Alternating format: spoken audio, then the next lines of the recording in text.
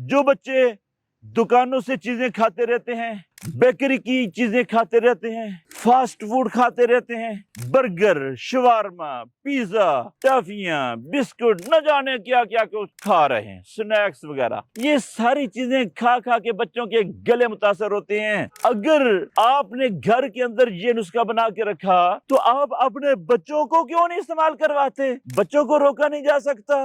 बच्चे मोहल्ले की दुकानों से इधर उधर की चीजें खाएंगे, बीमार हो जाते हैं, परेशानियां होती हैं। मैं छोटे छोटे बच्चों को लेकर अस्पतालों में फिर रही होती हैं। ऐसी बहनों से मैं कहता हूँ, बहनों, कभी भी बच्चों को लेकर अस्पतालों के धक्के ना खाओ। हल्दी, मलट्ठी और सौंफ का एक नुस्खा, ये आदि डिस्पेंसरी है। अगर आपने अपने घर के अंदर ये नुस्खा बना के रख लिया तो इसका मतलब ये होगा कि आपने आदि तिब्बी डिस्पेंसरी अपने घर में महफूज कर ली है। पूरे वसूख के साथ, पूरे यकीन के साथ, पूरी दिलजमी के साथ हमारा बताया हुआ ये नुस्खा ये इस्तेमाल करवाएं। नन्हे बच्चों को इस्तेमाल करवाएं, चुटकी भर थोड़ी थोड़ी मिकदार में इस्तेमाल करवाएं। इंशाअल्लाह ताला आपको पहले दिन ही रिजल्ट मिलेगा। बार बार इस्तेमाल करवाने से बच्चे का गला ठीक होना शुरू हो जाएगा। बच्चे की कंडी का मसला है तो वो भी ठीक होगा। बच्चे की रेडनेस का मसला है तो वो भी ठीक होगा। अगर